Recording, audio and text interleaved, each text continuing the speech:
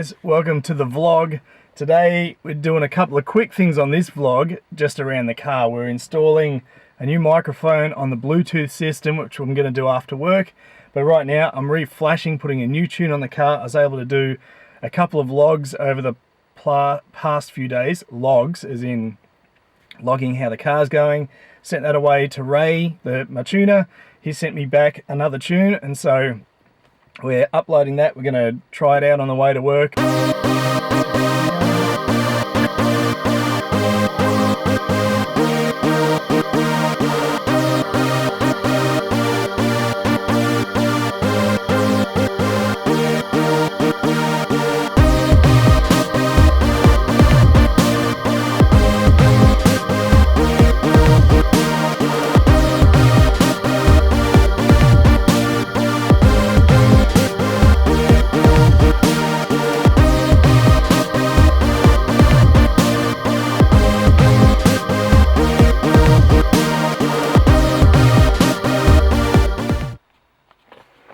So the tune works pretty simple. You get it to once it gets to its maximum, fully uploaded, it'll say there, turn the ignition off for 5 to 10 seconds. So we'll do that. Ignition goes off. 1, 2, 3, 4, 5, 6, 7. Yes, I can count. Pretty amazing. Turn it back on to your lights sort of come on and everything, then press OK, and then what it does is it just clears. Then it just clears the old codes. Press it off, press OK, then we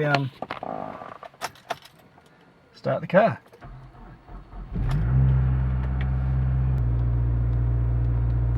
Monitoring stuff, and we'll do some live monitoring, bit of live data.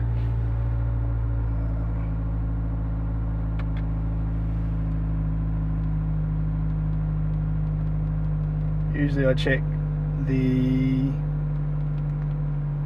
knock for a start to see if there's anything in the tune that's knocking. Never really an issue with Ray stuff, but there we go. So let's go for a drive and see what that's like. Yeah, so I'm not really doing much at all with it, just giving it just letting it warm up on the way to it. It's actually not super cold this morning. It's 13 degrees outside, which is it's not freezing or anything. I still like to let the car warm up because it's got such, let the pistons expand a little bit with heat, let all the a bit of heat get through the cams and everything else, just to really get the car, I guess, running properly before I ever put boost or anything through it really. So I just drive it pretty granny spec for a start. But Ray does awesome tunes. Always really happy with his work, and he's really approachable, like really I guess flexible in what you want out of your tune. If you say, hey, can I get a tune that's gonna XYZ, he's happy to accommodate that, which is great too. So this is this little back street stretch that we're on now. You're allowed to do 80 k's an hour. Once again, the car's not super warm, but I'll give that a little bit of juice, and that's sitting really nicely. That's there's hardly any boost. I'm running under 5 psi now. Just the car's got a lot more in it. Obviously, I'm just warming it up. No issues with knock or anything else. Everything's running well. Everything sounds right. I'm not hearing any odd noises outside of the normal stuff. This car's got an external wastegate, which you hear the spring moving quite often in that, which is a funny noise to hear. And because it's a stiff suspension and stuff, you hear the odd little rattle and creak because of how rigid the car is. There we go, a little poke. I reckon that boost comes on a bit sooner already. That's really nice too. I like that. Yeah, I've done some. Yeah, it comes on a bit. Feels like it's coming on a bit harder, a little bit sooner, which is nice too. So what that means is, with a bigger turbo, it takes longer to spool up the turbine from the exhaust gases because it's just larger and physically bigger. So generally they take longer. The new technology changes that, but they get better and better with the shape of the fins and everything else. But generally that's the rule. And yeah, but you can tune it to open up and allow more air in earlier to counter some of that, and that's, yeah, I don't know, there's a couple of little times I put my foot down, it felt like that was going a little bit harder. Pop around here and see.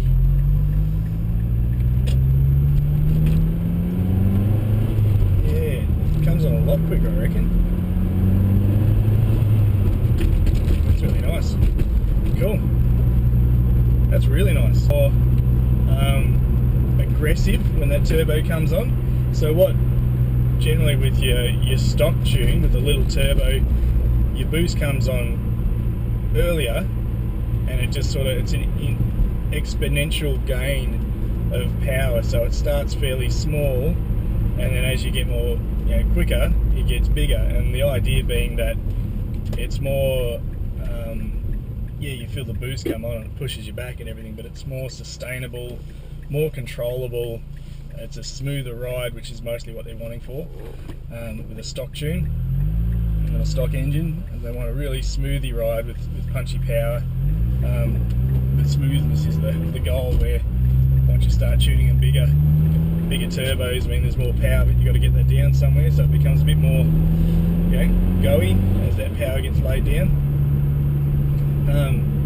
I love that, under, it's just over 2,000 revs now, so 2.5 grand of revs, it's still a pretty mild, normal drive, but between 2.5 and 3, and by the time you're on 3, you can feel that boost really wanting to get you going, which is pretty cool. So third gear, 2.5, there goes, straight into it. Yeah, nice. Very nice.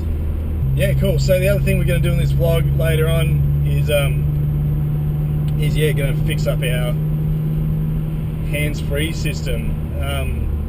Australia, they brought out laws, if you're watching this in the States or in the UK.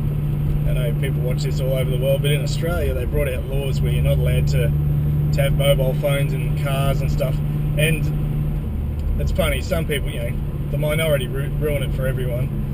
There's definitely times in Australia where I would say it's really safe to be on the phone in the car. It's not hard, we've got such open roads and clear spaces that, yeah, well, that was the wrong gear, but anyway, it took off in third. Nice. And so yeah, there's places around Australia that are totally safe because it's just you and the road basically. There's the only thing that's going to run out in front of you maybe a kangaroo or a sheep or something, depending where you are. And then really it's on you. If you're not paying attention, then that's on you. But what happens is, generally peak hour city crazy traffic, people start speaking on their phones and they're not paying attention, and then they start trying to take notes or something, or they're looking at their phone rather than looking at the road.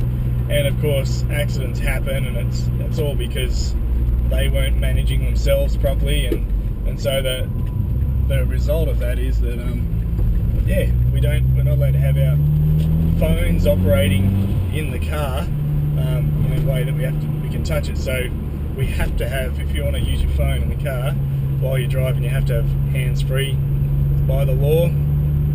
You can't even do the hands-free thing on your phone. It's quite odd. Yet I've got an Apple Watch that I can talk on. I don't know.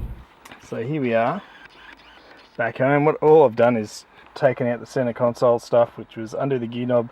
This one just simply pulls out. Once the gear knob's off, the next bit pulls out. I put the gear knob back on so I don't scratch this when it's off, because the top of that's quite sharp. Plug which is a headphone jack, which is too big. So I've got an even smaller plug in this kit that will fit in there. Because I've actually run this before, it comes out up there. I've just got it hanging at the moment, but I'll see if I can actually thread the other one and pull it through with that. So that'll pull it through where I've ran it previously.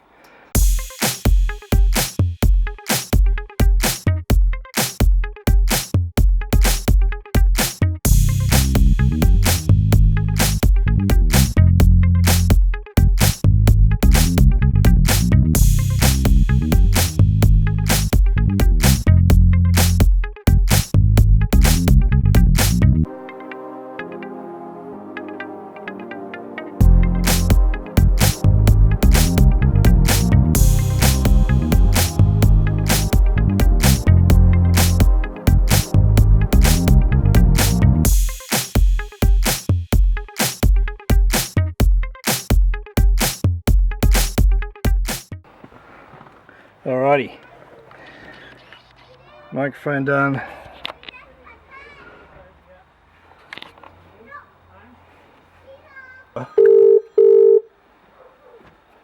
Hey. Hello. G'day. Can you hear that through the mic? Yeah, I can. Sweet.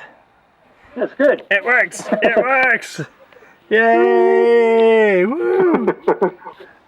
Nice. Thanks, Matty. It's alright. See ya. See ya. Bye. Well, that's it. Hands-free's working. Car's running well. Another tune. Going awesome. Really happy with the car.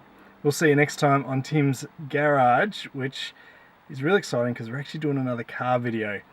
This is the vlog. Thank you for watching. Thanks for subscribing. We'll see you next time.